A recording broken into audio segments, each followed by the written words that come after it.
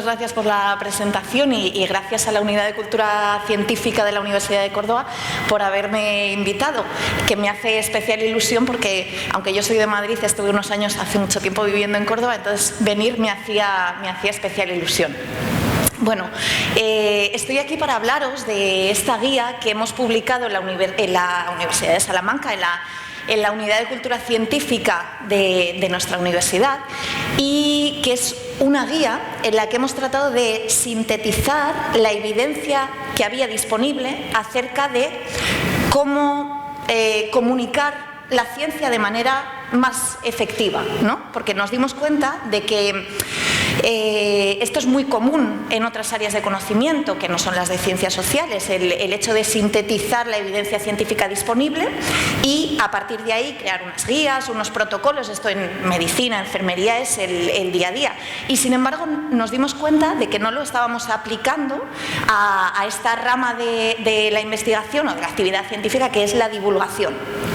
Cuando ya llevábamos muchos años publicando muchos papers acerca de percepción pública de la ciencia, de comunicación social de la ciencia, es decir, ya había un cuerpo suficiente como para generar una serie de evidencias, y sin embargo normalmente en la formación o en los manuales o en las guías acerca de cómo hacer divulgación, pues solía escasear un poco este tipo de información, o si os dais cuenta, no sé si habéis tenido oportunidad de leer guías sobre el asunto. Normalmente el personal investigador, pues cuando se le enciende la bombilla de quiero divulgar, recurre a alguna guía, tal, y normalmente suelen estar basadas más en la experiencia, que también es una fuente de información nada desdeñable, pero poco en una síntesis de la evidencia, de lo que conocemos, de lo que nos dice la práctica, la evidencia científica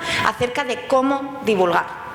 Pero antes de meterme en cada una de las evidencias que hemos encontrado, lo que quería es dejar claros algunos conceptos que conviene tener un poco claros antes de comenzar, ¿vale? Y el primero es la definición, o entender bien qué es esto de la divulgación científica, ¿no? Como os podéis imaginar, hay innumerables definiciones acerca del tema. Yo he cogido la más estándar, que es la de la FECIT, la Fundación Española de la Ciencia y la Tecnología, que define así la investigación. Dice, bueno, se entiende por actividades de divulgación todas aquellas orientadas a difundir informaciones y contenidos que no necesariamente sean novedosos. Primer punto importante, muchas veces a la hora de divulgar sentimos que tenemos que divulgar lo último que hemos averiguado, lo último que se ha descubierto en mi grupo de investigación. No es un requisito indispensable para divulgar. De hecho, mucho contenido de divulgación no es novedoso, no es puntero, ¿no? ¿Por qué? Porque normalmente va destinado a, nos dice la definición de FECIT, a aumentar el nivel de cultura científica y tecnológica de la ciudadanía. Y esto tiene que quedar meridianamente claro. Y a lo mejor estoy repitiendo algo que ya sabéis, porque ya son las 10º jornadas de UCO Divulga, pero esto conviene remarcarlo. La comunicación social de la ciencia no es comunicación entre pares, no es un paper, no es un congreso. Esto conviene, aparte de por una cuestión terminológica, tenerlo claro, también por una cuestión práctica. Y es que muchas veces, yo lo veo en mi propia universidad, solicitamos ayudas para que nos financien cuestiones relacionadas con divulgación y metemos cosas que no son divulgación, y por lo tanto esa ayuda la perdemos, esa financiación no nos la dan, porque muchas veces los investigadores, el personal investigador, tendemos a pensar que un congreso científico en el que están ahí sentados colegas de nuestra área es una actividad de divulgación. No lo es, ¿vale? Entonces, puntos clave en la definición: no tiene por qué ser el contenido estrictamente novedoso, es decir, no se rige por los parámetros de un paper o un congreso de mi área en el que tengo que presentar algo que es nuevo. No tiene por qué ser el contenido novedoso. Segundo, importantísimo, vuestro público va a ser la ciudadanía en general. ¿vale? Luego podemos segmentar dentro de esa ciudadanía en general, pero vuestro público, si es una actividad de divulgación, nunca van a ser vuestros colegas. Pueden ser vuestros colegas de departamento que van con su familia, es decir, en otro registro completamente diferente, ¿vale? Pero nunca van a ser vuestros pares. Y tercer aspecto importante, que me permitirá explicar luego también algunas cosas relacionadas con estas evidencias, es entender qué es esto de la cultura científica. Entenderlo es un concepto un poco escurridizo, ¿vale? Y a priori se suele relacionar con el conocimiento puro y duro, el conocimiento del libro de texto, que digo yo, ¿vale? En la definición nos decían: es importante que estas actividades de divulgación contribuyan a aumentar ese nivel de cultura científica. Vale, tengamos claro qué es eso de la cultura científica, si está tan imbricado en la propia definición de divulgación. Bueno, pues obviamente aquí también hay muchas definiciones disponibles. Yo he cogido una de los principales teóricos acerca de la cultura científica, Miller, que para mi gusto pone los puntos esenciales en esa definición de cultura científica que tenemos que tener en cuenta.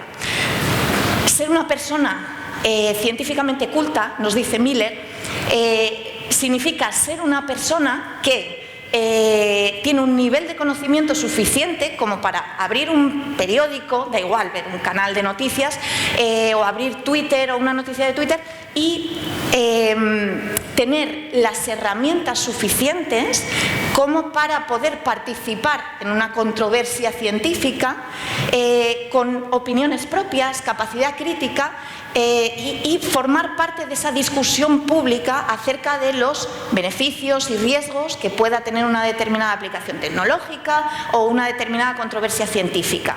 Como veis, esta definición de cultura científica va mucho más allá de simplemente saber lo que es un protón y un neutrón. Está relacionado muy directamente con la participación social y, en última instancia, con la democracia, ¿vale? Con esa capacidad de los ciudadanos para intervenir, participar, debatir en cualquier tipo de decisión relacionada con la ciencia y la tecnología, ¿vale? Bueno, y ahora sí voy ya metiéndome más en lo que es el contenido de nuestra guía de divulgación basada en la evidencia. Y antes de meterme en cada una de las evidencias, os quería contar un poco el contexto en el que se gestó la guía. Y es que yo, digamos, por mi labor profesional, me vi, yo trabajo en un campo teórico, yo no me dedico a la divulgación, pero trabajo en un campo teórico que estudia cómo se hace la divulgación, y por casualidades de la vida me tocó estar físicamente muy cerca de los profesionales de la Unidad de Cultura Científica de la Universidad de Salamanca, y entonces me di cuenta de que había cierta desconexión entre lo que nosotros sabíamos acerca de digamos, determinadas evidencias científicas en el campo de la comunicación de la ciencia y lo que luego se ponía en práctica. Y a la vez había también determinada desconexión en el sentido contrario, es decir, nosotros no estábamos sabiendo responder a través de nuestras investigaciones y nuestros papers las dudas que surgían en ese terreno práctico, ¿vale? Entonces, esta guía surge como intento de generar una comunicación entre ambas partes, entre aquellos que estudian la comunicación científica o la percepción pública de la ciencia y aquellos que la ponen en práctica. La guía en sí la podéis descargar de la página web de la Unidad de Cultura Científica de la Universidad de Salamanca. En cuanto entréis en la página web veréis que está allí de forma muy evidente, y la guía está realizada por mi compañera Victoria González, que es una bióloga especializada en periodismo científico, y yo misma, ¿vale? Es decir, no soy yo la única autora de la guía, lo que pasa que mi compañera no ha podido estar aquí hoy conmigo, pero no quería que se me olvidase mencionarla, por supuesto. Bueno, pues vamos ahora sí con esas evidencias, ¿no? Con ese conocimiento sintetizado acerca de lo que sabemos que funciona o no funciona a la hora de divulgar la ciencia. La primera evidencia se podría resumir en identificar con claridad el objetivo de vuestra charla, de vuestra actividad de comunicación en general. Porque muchas veces nuestro objetivo último no utilizamos unas herramientas adecuadas con el objetivo último que estamos persiguiendo. A menudo pareciera que en nuestras actividades de divulgación nuestro objetivo último es elevar el nivel de conocimiento de la población. Es decir, nos afanamos mucho en intentar transmitir conocimientos, digamos, de libro de texto, esos conocimientos más teóricos, ¿no? Y sin embargo, si escarbáramos un poco en vuestras pretensiones, probablemente lo que queréis conseguir a menudo va más allá de ese objetivo. Mejorar la actitud de la ciudadanía ante la ciencia, fomentar su participación en debates, promover vocaciones científicas, fomentar una mentalidad más crítica a la hora de introducirse en discusiones acerca de controversias científicas. Y todo eso, lo llamativo es que todo eso ya sabemos desde hace mucho tiempo que no se logra a través del conocimiento. Es decir, no podéis en vuestras actividades de divulgación jugároslo todo a una sola carta, que sea la carta del conocimiento. Muchas veces seguimos manejándonos o funcionando en ese paradigma que parece como autoevidente, pero que sabemos empíricamente que no funciona, que es, bueno, cuando yo le cuente a la población todo lo que yo sé sobre este tema, va a cambiar su actitud ante la ciencia o ante determinado problema, ¿no? Ese choque se produce muchas veces relacionado, por ejemplo, con el cambio climático. Cuando la gente se entere de el conocimiento que yo tengo acerca del cambio climático, realmente lo verá y, digamos, caerá del guindo, ¿no? Por decirlo de una manera informal. Bueno, pues lo que sabemos, y además desde hace no poco tiempo, es que no existe una correlación entre mayor conocimiento y mejor actitud ante la ciencia. Y eso yo creo que es una de las cosas más preocupantes que seguimos manteniendo de manera obstinada en nuestras actividades de divulgación. Fijaros, existen, por supuesto, cantidad de objetivos posibles distintos al de aumentar el conocimiento científico de la población. Pues como os decía, mejorar la actitud, fomentar la participación, aumentar la capacidad crítica, promover vocaciones.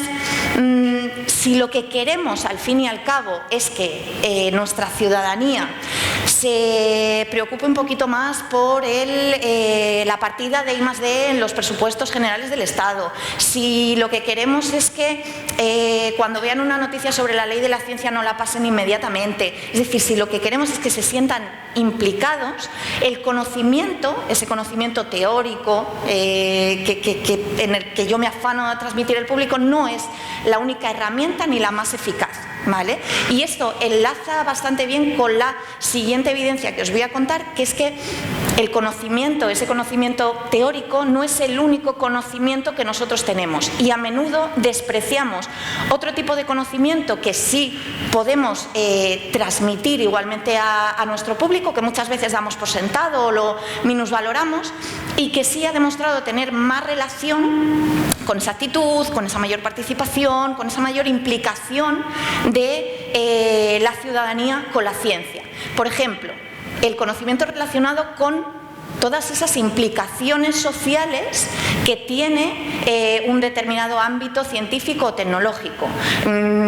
Por ejemplo, si vamos a poner un ejemplo muy absurdo, ¿no? Pero si James Watt, el inventor de la máquina de vapor, hubiera querido hacer divulgación en su época, probablemente a la gente no le hubiera enganchado mucho los principios físicos por los que funcionaba esa máquina de vapor, y sí hubiera captado, digamos, a su público a través de la explicación de todas las implicaciones sociales que iba a tener para la ciudadanía, para los trabajadores, esa ese nuevo invento, ¿no? esa máquina de vapor.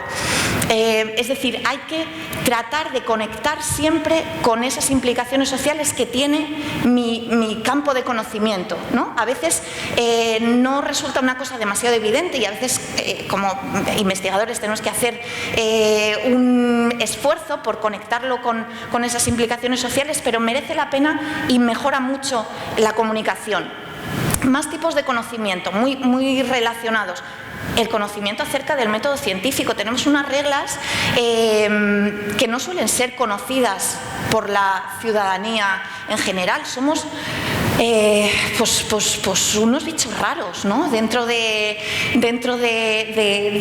la comunidad, dentro de la ciudadanía, nos regimos por unas reglas muy especiales y nuestras instituciones también tienen un funcionamiento bastante peculiar y normalmente muy desconocido por parte de la ciudadanía. Si estamos investigando acerca de un tema que puede generar determinada controversia, es muy importante que para generar confianza, si uno de nuestros objetivos, que además últimamente suele serlo, es el generar confianza en nuestra audiencia, en el público, lo primero que tenemos que hacer es abrir la caja negra, es explicar por qué el conocimiento científico es el mejor conocimiento disponible que tenemos hasta el momento y cómo se genera, cuáles son las reglas, por qué cuando una persona lee una noticia sobre ciencia no es una verdad absoluta, sino que nuestro conocimiento se va modelando, transformando, falsando a través de un trabajo que además es muy colectivo. Esto, el público que lee una noticia sobre ciencia o que acude a una de nuestras actividades de divulgación no lo tiene claro. No deis por sentado que la gente conoce el método científico. Son vuestras reglas y tenéis que explicarle a vuestra audiencia cómo se juega a vuestro juego, ¿vale? Sobre todo, ya digo, si lo que queremos es mejorar la confianza. Ahora con todo el tema de... hay muchas noticias relacionadas con la salud, fijaros con todo este tema de la pandemia, las vacunas. Bueno, lo ideal en este sentido es, por ejemplo, contar cómo funciona la Agencia Europea del Medicamento. Algo que puede sonar aburrido, pero es imprescindible para generar esa confianza en tu público y para que el público, para que no empiecen a surgir bulos, para que la gente no crea, yo qué sé, en teorías conspiranoicas acerca de la vacuna ¿vale? Sabéis a lo que me refiero. Entonces, importante entender que hay otro tipo de conocimiento que va más allá del conocimiento puro y duro, del conocimiento del libro de texto, del conocimiento teórico de lo que estáis investigando. Y importante contribuir a divulgarlos todos, ¿vale? Estos otros tres, las implicaciones, el funcionamiento del método científico y cómo funcionan nuestras instituciones. Más cuestiones. Para que funcione la comunicación, y esto es una evidencia que va, digamos, es del terreno de los estudios de comunicación en general, y lo podemos aplicar porque se ha estudiado así al terreno de la comunicación científica, es muy importante adaptar el mensaje al tipo de público que yo voy a tener en cada actividad de divulgación. Normalmente no suele funcionar y si muchos de vosotros ya os habéis iniciado en el terreno de la divulgación, veréis que las actividades de divulgación no suele funcionar esto del corta y pega, ¿no? Que no vale el mismo discurso o la misma actividad para todo tipo de público y es muy importante que yo antes de desempeñar esa actividad me informe a través de acerca de cuáles son sus principales características sociológicas, contexto, cuáles son, imaginaros, si voy a divulgar a un pueblo, pues me tendré que empapar bien de las noticias o de los problemas que hay últimamente en ese pueblo o en esa comunidad, ¿vale? Importante prestar atención a ese contexto social, político y cultural. En definitiva, prestar atención a la diversidad y adaptar el mensaje a cada tipo de público. Siguiendo con las características de nuestro público, tenemos que tener claro que hay una evidencia desde hace años y seguro que la conocéis, suficientemente documentada, ampliamente documentada, acerca de la existencia de una brecha de género entre, digamos, niñas y ciencia, ¿no? Que normalmente se suele extender a edades más adultas, pero que comienza en las escuelas.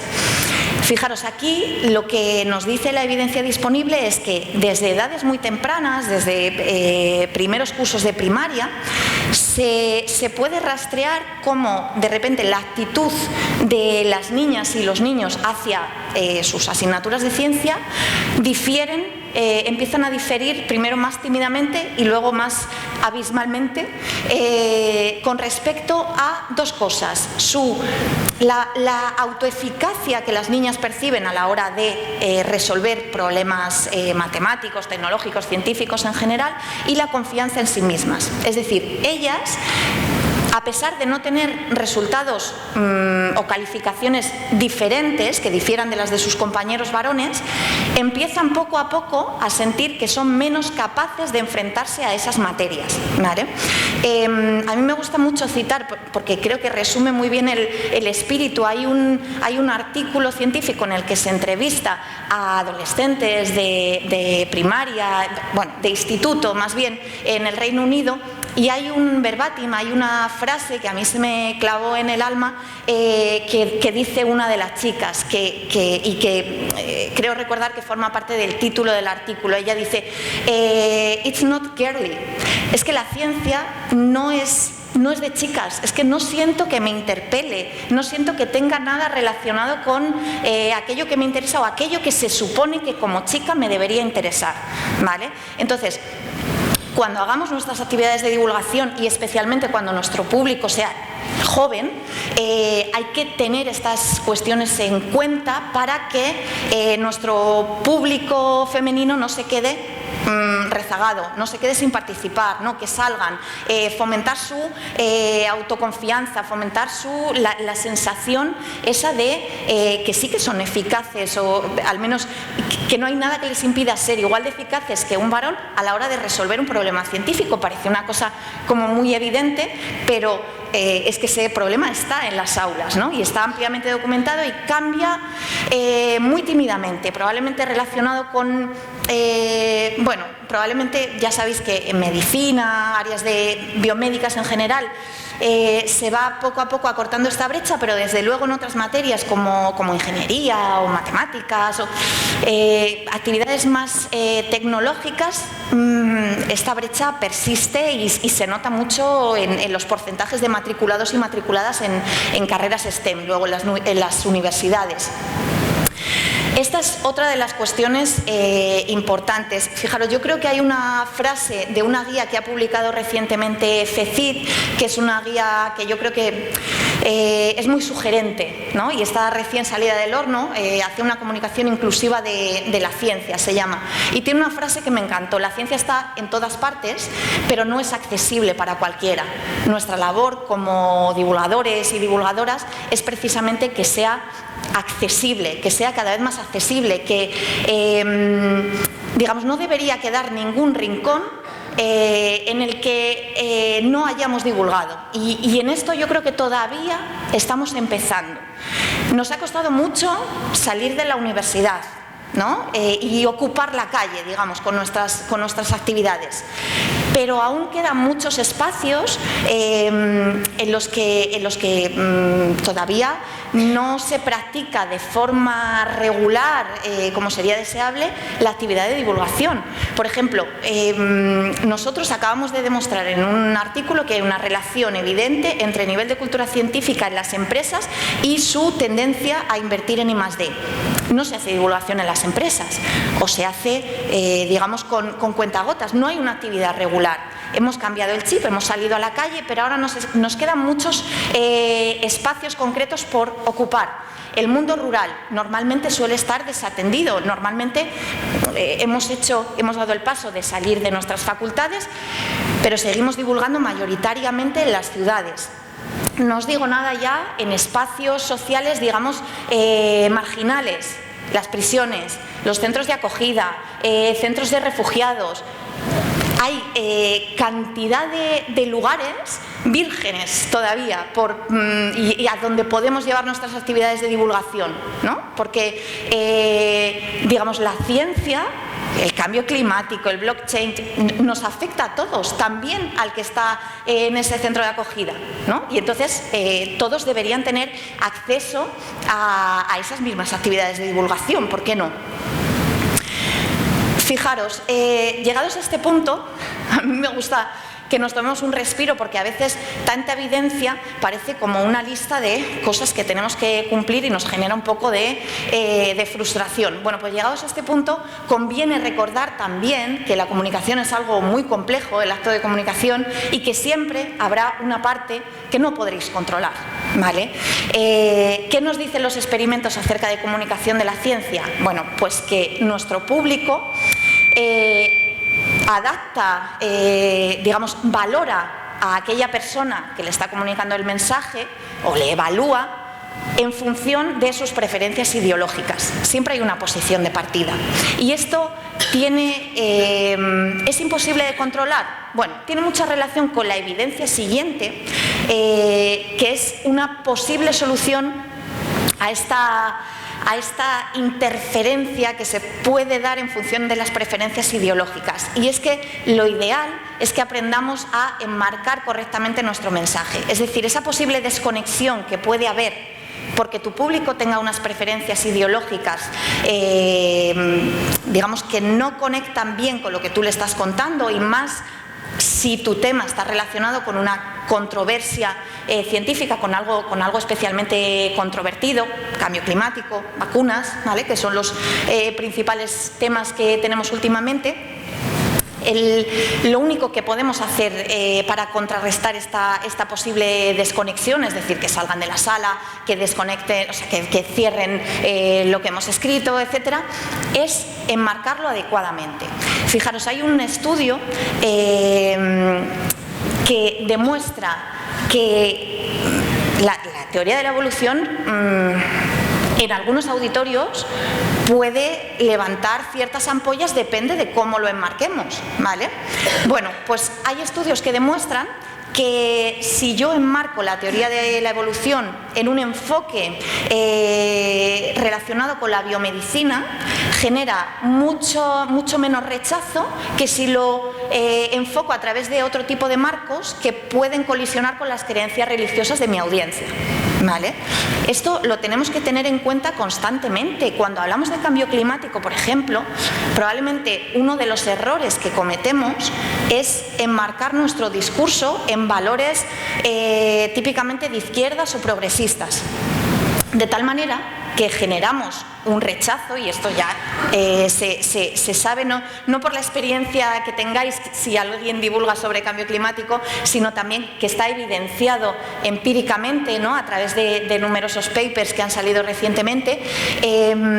Si enmarcamos ese discurso, ese conocimiento acerca del cambio climático dentro de ese paraguas de valores progresistas, de solidaridad global, de ecología, de progreso, cambio de modelo económico, hay cierta audiencia a la que vais a echar para atrás y no va a conectar. Y esto no se trata de... Aquí es muy importante entender que no se trata de convencer a nadie, que no estáis evangelizando cuando estáis haciendo divulgación, que vuestra máxima pretensión tiene que ser conectar con vuestra audiencia. Luego ya vuestra audiencia hará lo que quiera con el mensaje, pero lo importante es que no se desconecten. Entonces, digamos, esto de los marcos, de enmarcar correctamente, el objetivo no es convencer mejor a tu audiencia, sino que te escuchen, que a veces es bastante complicado, sobre todo relacionado con temas, ya digo, controvertidos, donde se ha politizado mucho el debate. Quizá tenemos que pensar otros marcos posibles, por ejemplo, para comunicar cambio climático a gente más conservadora, cuando estoy en audiencias más conservadoras. Y quizá podemos enmarcarlo dentro de la seguridad nacional, la identidad nacional, la familia, la protección, la soberanía energética. Es decir, el contenido va a seguir siendo el mismo, pero la manera en la que lo enfoco es crucial para que haya cierta parte de nuestro público que no se desconecte de nuestro mensaje, ¿vale? Porque lo que decía al principio, muchas veces nos sorprende, ay, yo estoy comunicando este conocimiento y la gente no lo ve, y la gente, ¿no?, ante una cuestión así tan evidente como la del cambio climático. Para esto, tener en cuenta los marcos de comunicación es muy importante. ¿Vale? Luego, fundamental también, y muy relacionado con explicar esas reglas del método científico. No podemos caer en una visión basada únicamente en los beneficios de la ciencia. Porque, digamos, somos profesionales en esta materia y sabemos que esa visión idealizada o naif no existe. Nuestra labor científica es complicada. Tiene riesgos, tiene implicaciones éticas, no es infalible. Cuando nuestra actividad de divulgación se parece bastante a transmitir una especie de verdad absoluta, hay algo que estamos haciendo mal. Es muy importante, y especialmente en las controversias que se dan en los últimos años, transmitir el riesgo, la incertidumbre, el que no somos infalibles, el que el conocimiento científico, si tú has explicado, si tu público entiende bien qué es el método científico y lo has explicado bien, entenderá que no eres una especie de Dios que transmite un conocimiento infalible. Y además es que se ha demostrado, se ha visto que en cuestiones, por ejemplo, relacionadas con los efectos secundarios de las vacunas, genera mucho menos rechazo, mucho menos miedo a ponerse la vacuna cuando la comunicación incluye todo este tipo de cosas, los posibles riesgos, las incertidumbres, es decir, cuando es una comunicación más basada en la realidad de nuestra práctica, de nuestra labor investigadora, que cuando es una comunicación idealizada, ¿no?, que cuando intentamos transmitir panaceas acerca del mundo. Fijaros, hay una guía que está traducida al castellano y que ha publicado la Universidad de Bristol acerca de cómo comunicar la incertidumbre, que es algo bastante complejo. Yo os la recomiendo. Y aparte, bueno, sobre todo relacionadas con cambio climático, en los últimos años hay muchas guías ya especializadas en cómo transmitir este tipo de conceptos de riesgo, incertidumbre, falibilidad, relacionadas ya específicamente con cambio climático. Pero guías así generalistas, a mí esta me parece una de las mejores. Y para remarcar este tema, que ya veis que me parece especialmente importante, quería traer aquí una cita de López Cerezo, que es un catedrático especializado en estos temas, que nos dice, volviendo a esa definición de cultura científica, una cultura científica solamente es, digamos, de calidad o tiene el rigor necesario cuando, aparte de las potencialidades, es decir, de los beneficios de la ciencia, también está transmitiendo sus incertidumbres, sus riesgos y los interrogantes éticos que puede plantear, ¿no? Que obviamente son cuestiones que necesariamente hay que abordar y que seguro que todos vuestros objetos de investigación tienen esta otra parte, digamos, oscura, o que nos cuesta más transmitir o aceptar. Bueno, pues es importante mostrarlo todo. ¡Ay, que se me pasa! Bueno, aquí en esta evidencia de Cuida del Estilo, creo que aquí en Andalucía hay poco que insistir, ¿no? Porque hacéis cosas, bueno, maravillosas. Yo soy muy fan de la astrocopla, que creo que ha nacido aquí. Quiero decir, no en Córdoba, en Andalucía. Tenéis cosas maravillosas como el Desgranando Ciencia, todas las actividades que hace aquí la UCO. En nuestra tierra es que somos un poco más, en Castilla y León somos un poco más, nos cuesta más arrancarnos, ¿vale? Pero aquí, bueno, creo además que ya ha comentado Silvia, la importancia de introducir la narrativa, instrumentos literarios, metáforas, humor, en nuestras actividades de divulgación. Todo esto hace que nuestra capacidad para conectar con el público aumente. Y luego planear siempre formas de abrir diálogo con nuestra audiencia. Tenemos que cambiar completamente el paradigma. Una actividad de divulgación no se debería parecer en nada a una clase magistral. ¿vale? Y aquí hay una anécdota, aquí me salgo, hago paréntesis y me salgo de la evidencia, porque este es un artículo más filosófico de Massimiliano Bucchi, que es uno de los grandes teóricos acerca de comunicación social de la ciencia, que cuenta una anécdota que a mí me parece que ejemplifica muy bien qué debería ser esto de la comunicación social de la ciencia. Él dice que deberíamos hablar más que de comunicación social de la ciencia, de una conversación plural, diversa, global sobre la ciencia. Y pone el siguiente ejemplo. Esta es la doctora Mack, que es una astrofísica, no sé si alguno la conoceréis, que tiene una tesis muy interesante acerca de la reversibilidad de la expansión del universo, es decir, que va a llegar un punto en el que el universo no se siga expandiendo, sino que se repliegue, por así decirlo, ¿no? Entonces, bueno, dio una charla TED que fue muy comentada en redes sociales, en Twitter, y ella es australiana y está dando clases en la Universidad de Carolina del Norte. Y a su vez hubo un cantante de un grupo que en Irlanda es bastante famoso, que vio todo el debate en redes sociales, escuchó la charla TED e incluyó esta estrofa que os he puesto aquí en su canción. Y a su vez la profesora Mack, en uno de sus viajes a Irlanda, acudió a uno de sus conciertos. Es decir, esto se parece más a una conversación, más que, desde luego, no a una clase magistral, y también deberíamos sobrepasar el paradigma de la conversación, de yo hablo, escucho, pregunto. Deberíamos, nos dice Bucchi, intentar dar un paso más y que esto se convierta en una conversación global sobre la ciencia. Bueno, más evidencias. Ahora sí cierro el paréntesis y vuelvo al campo de las evidencias. Bueno, yo diría desde los años 50, que se empezó con el experimento de dibuja un científico, no sé si alguien lo conoce, se tiene documentada la existencia de un estereotipo muy marcado relacionado con el personal investigador, con qué cree la gente que es un científico o una científica. Entonces, bueno, aquí la recomendación, y como ya sabéis, el estereotipo de científico está relacionado con hombre blanco de clase media alta. En la medida en la que podamos, para combatir este estereotipo, que está ampliamente documentado, lo ideal sería que las actividades de divulgación las realizara gente lo más diversa posible. Y no se trata de ninguna artificialidad, es que seguro que vuestro grupo de investigación es diverso, tiene hombres, mujeres,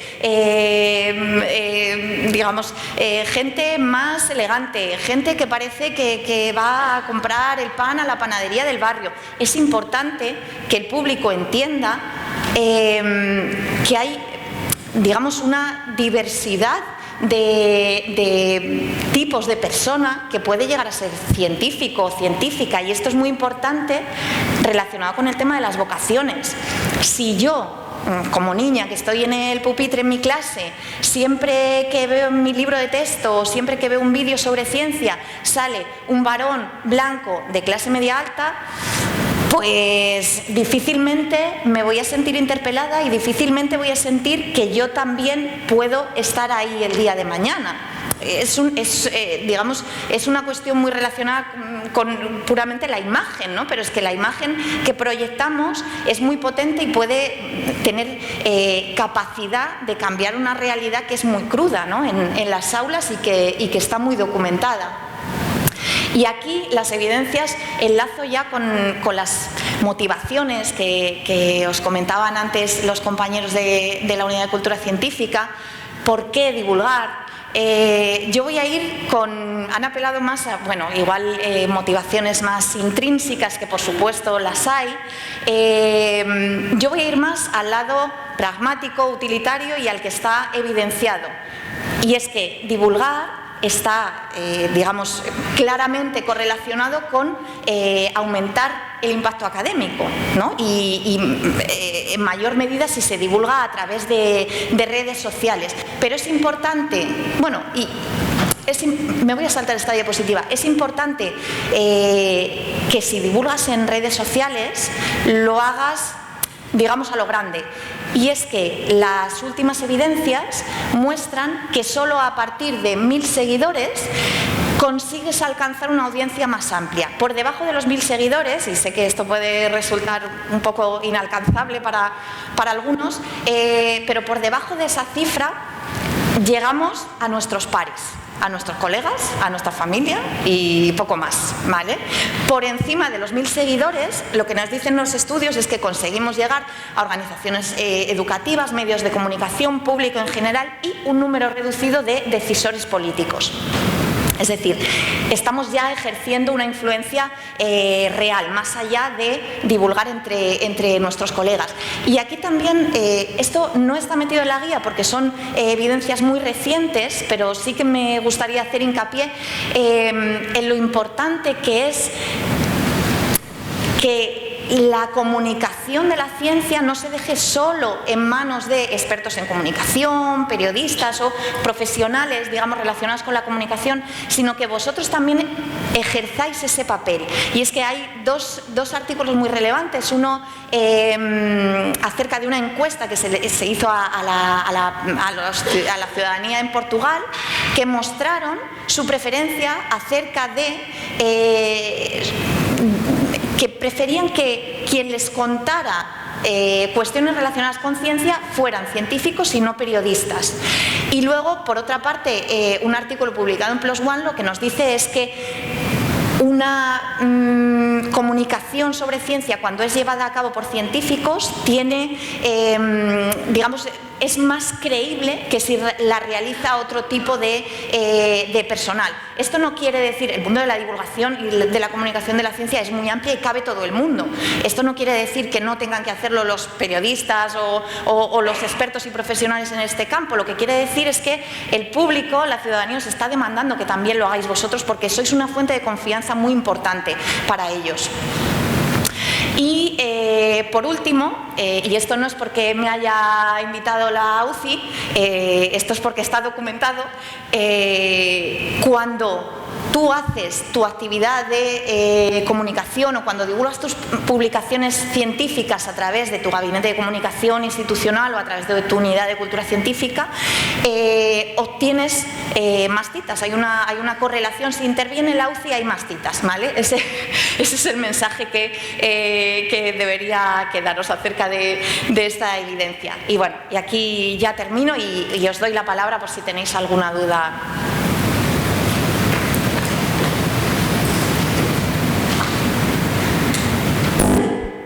Bueno, tenemos 5 minutitos por si queréis hacer alguna pregunta, alguna consulta. ¿No? ¿Nadie se anima? ¿Me ha quedado todo muy claro? Hola, muchas gracias por tu chat, por tu presentación, ¿vale? Digamos que sobre una cosa que has dicho de, bueno, el tema de la incertidumbre, ¿no? Ahí podría haber un poco de, claro, cuando tú quieres divulgar, quieres dar una impresión positiva, ¿no? Y siempre, claro, llegas más o, digamos, interesas más a la gente o intentas darte a ti mismo, ¿no? Una imagen positiva sobre lo que haces. Si resaltas más los resultados que, claro, si miras si te pones por el otro lado, ¿no? Y dices, bueno, esto tiene sus riesgos, si se va por aquí, si se va por allá, no sé qué, pues digamos, ¿dónde estaría el equilibrio para no dar la impresión de que estás haciendo algo que, digamos, es opinable, ¿no? Es decir, bueno, no debería hacer eso porque tiene unos riesgos que van a estar ahí siempre, hagan lo que hagan, ¿no? Por ejemplo, no sé, el tema de las vacunas, ¿no? El tema de las vacunas, pues sí, bueno, estamos creando una vacuna y tal y cual. Si cuentas que tiene unos riesgos y que pasa esto, que pasa como con los prospectos, ¿no? Que te pones a leer el prospecto de un medicamento y me va diciendo, bueno, casi todos los medicamentos tienen una fase posible muerte. ¿no? Entonces te quedas con eso, ¿no? Al final, te quedas con que, bueno, tiene mucho beneficio tu investigación, pero tiene un riesgo que es negativo, ¿no? Y al final, pues, también la imagen que te pueda quedar subjetiva del investigador y tal, pues te puede hacer pensar que sí, que está muy bien, pero que te va a pasar esto, que es lo malo, ¿no? No sé lo que... Sí, a ver, yo entiendo que esta idea es un poco contraintuitiva, ¿no? Porque cuando uno comunica, dice, bueno, pues yo me quiero poner lo más guapo posible y vender esta historia lo mejor posible, ¿no? Para generar una actitud más positiva en mi audiencia. Y aquí viene un poco digamos, la aportación de la guía basada en la evidencia y no tanto en la experiencia, porque lo que la evidencia nos está diciendo es que cuando tú haces ese tipo de comunicación tan idealizada, tan basada en los beneficios del campo científico X sobre el que tú estás comunicando, lo que generas es lo que no pretendes, es decir, un rechazo, una desconfianza. Porque, a ver, tened en cuenta, muchas veces la imagen que tenemos de nuestro público está un poco distorsionada. La ciudadanía, y eso nos lo van diciendo las encuestas de percepción pública de la ciencia,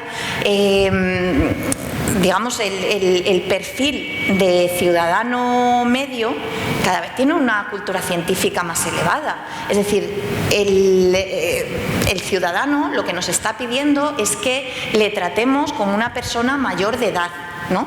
A veces comunicamos como si transmitiéramos cosas a niños.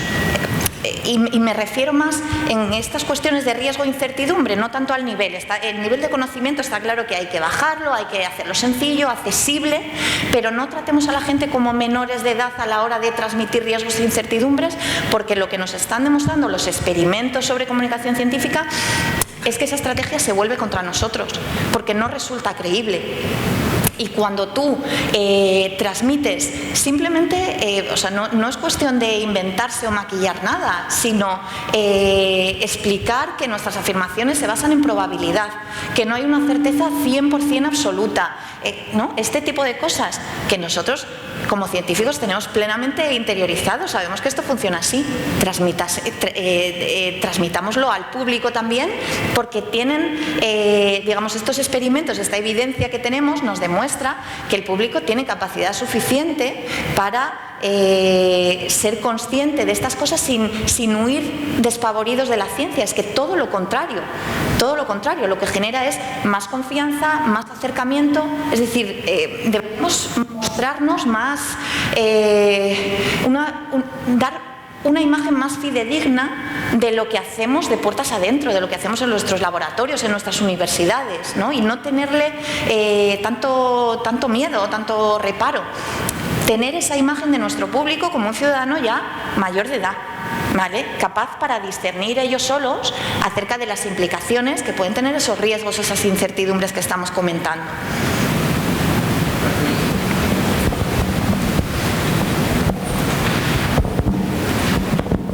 Hola, yo me llamo Madalena y en primer lugar te quería dar las gracias por la charla porque me ha resultado mucho más útil de lo que esperaba. Además se me ha pasado una horita y cerrar de ojos. Mi pregunta es en cuanto a lo que nos has comentado sobre la actitud de las niñas hacia la ciencia. Lo que te quería preguntar en concreto es esa actitud que tú has comentado de que las niñas, a pesar de tener resultados similares a los de los niños, tienen una autopercepción de ellas, como que se sienten menos capaces frente a la ciencia. ¿Ocurre con otras materias también? Es decir, ¿es una cuestión de que las niñas en general son más autoexigentes con respecto a lo que esperan de sí mismas, en general a nivel de estudio, o es una cosa específica de la ciencia? No, es específico en el campo de la ciencia, sí. En el ámbito, qué sé yo, de la lengua o de la literatura, no tienen este tipo de complejos o distanciamiento que se genera con respecto a la ciencia. Vale, muchas gracias.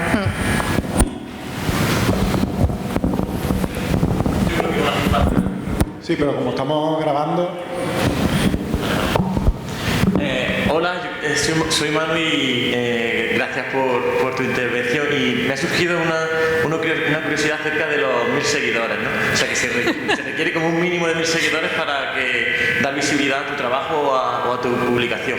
Entonces mi pregunta va encaminada ¿cómo llega a esos 1000 seguidores?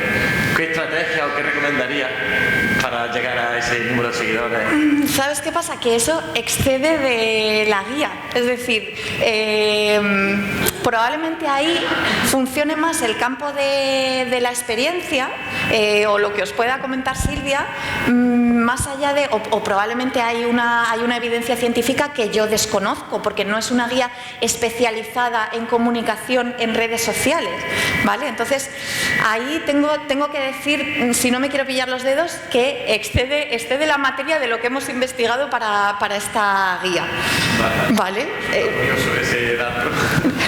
Pero lo que sí que quiero aclarar es que, no sé cómo lo has dicho en la pregunta, no es que haga falta llegar a los 1000 seguidores para tener más visibilidad.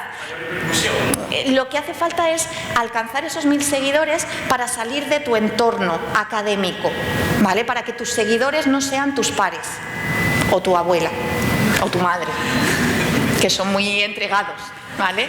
Que te sigan otro tipo de organizaciones, que te siga la prensa y ese número reducido de decisores políticos que cuesta muchísimo que den a seguir y que se ha visto que solo se alcanza superado ese umbral, ¿vale? Es decir, obviamente yo creo que todos los que estamos en la sala tenemos menos de 1000 seguidores, pero no quiere decir que eso no sirva para nada, ¿vale?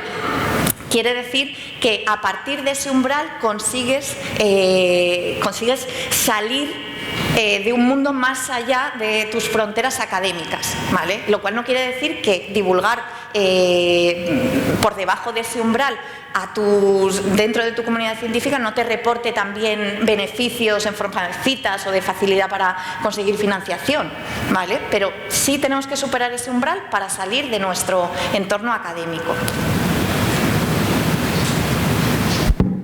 La última, ¿vale? Que estamos en tiempo. Soy Pilar y me gustaría hacerte una pregunta que, por ejemplo, en mi grupo trabajamos con una bacteria de cuarentena. Entonces, muchas veces tenemos que ir a hablar con agricultores. Entonces, la idea de que nosotros trabajamos con algo que es patógeno es como que repele mucho. Entonces, de hecho, en algunas zonas de España donde esta bacteria ya está detectada, pues se tiene como una imagen muy negativa de los investigadores. ¿De qué forma tú nos aconsejarías la divulgación? Pues ahí yo creo que hay dos cuestiones básicas. Una es estudiarles bien sociológicamente. Muchas veces, como ya he dicho, tenemos una imagen un poco distorsionada de nuestro público y si nuestro público además no es agradable o no escucha o no, digamos, no recibimos sus halagos, su beneplácito y tal, nos tiende a crear cierto rechazo y ese rechazo favorece aún más el desconocimiento, ¿vale? Entonces, tipo antropólogos, antropólogas, tenéis que conocer bien las características sociológicas, culturales, los valores, muy importante, de esos agricultores. Y una vez conocido ese marco cultural, esos valores, esas cosas esas implicaciones que para ellos tienen más importancia en su campo práctico, una vez que tenéis eso, enmarcar bien el mensaje, ¿vale? Con todo eso, con sus valores, con las implicaciones sociales que para ellos son importantes, atajando también en la comunicación los posibles sesgos que sabéis que tienen en su cabeza, es decir, un poco planteándoselo de antemano. Esas serían las dos evidencias básicas que aplicaría a vuestro caso. Es una comunidad, sí. Sí. Bueno, pues muchas gracias, Irene. Yo creo que las consultas de los asistentes pues dejan claro el interés de lo que nos has expuesto hoy aquí. Así que nada, te damos las gracias por tu participación. Gracias a vosotros y a vosotras.